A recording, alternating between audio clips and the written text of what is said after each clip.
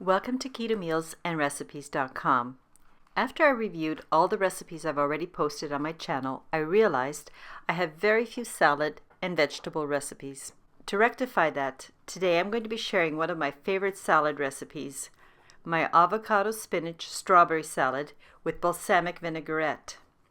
The reason I like this salad is because it's very nutrient dense and vegan salad. By the way, later on I'll be showing you how easy it is to make the tasty balsamic vinaigrette, which has the full flavor of a balsamic vinaigrette, but because of the way I make it, has much less carbs. So stay tuned. And at the end I'll give you a couple options to make this salad into a hearty and more substantial meal. The macronutrient ratio for this avocado spinach strawberry salad with balsamic vinaigrette is 3.4 to 1, with 13.2 grams of total carbs, 6.3 grams of soluble fiber, and 0.7 grams of insoluble fiber, resulting in 6.2 grams of net carbs for this full salad, since this is just one serving.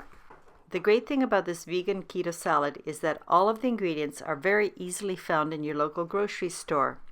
And the only preparation you have to do to make this salad is to dry roast the sliced blanched almonds until they're a nice light golden color.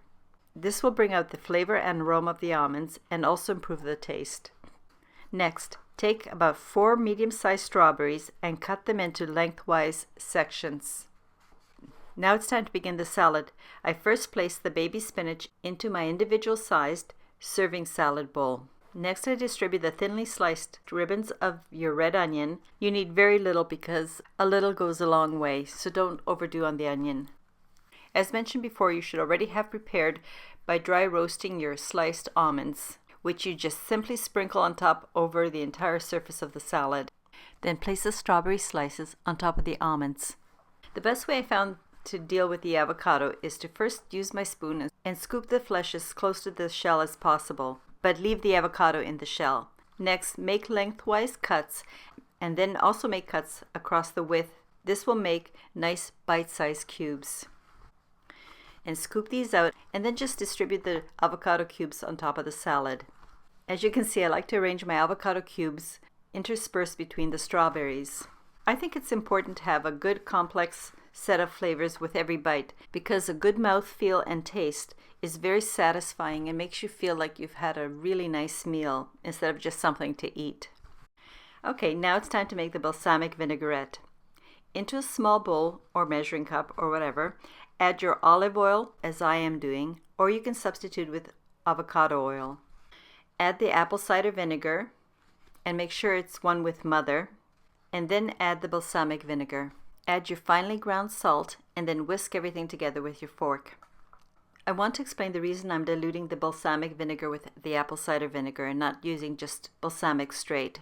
And that's because balsamic vinegar tends to be very high in sugar. And whenever you're buying balsamic vinegar, always make sure you read the label because there's a great variance in the amount of sugar one brand has over another. I really love the taste of this vinaigrette. I hope you'll give it a try. And did you know that a balsamic vinaigrette is a classic pairing when served with strawberries or a salad with strawberries? This is a fairly large salad, and I'm usually quite satisfied with just one bowl of this salad for my lunch. But if you want to add a little more sustenance to your meal, I just want to mention that the last time I was at my local health food store, I came across an actual vegan blue cheese. And I'd like to recommend this cheese to all of you who want a dairy-free or vegan option. And if you'd like me to show you how to make vegan cheeses, again, leave me a comment. Now I'm sprinkling a bit of chia seeds on top of my salad. I'm adding the chia seeds because they are very high in heart-healthy omega-3 fatty acids. Specifically, chia seeds are about 75% omega-3 linolenic acid and 20% of the omega-6 fatty acids. And this ratio is really good. If you have a moment, please let me know if you would like more nutritional information as I'm providing in this recipe. Just leave a comment in the description below. I hope you'll try this simple and easy, quick recipe. If you like this recipe, please check out the end links I've provided for more suggestions and ideas.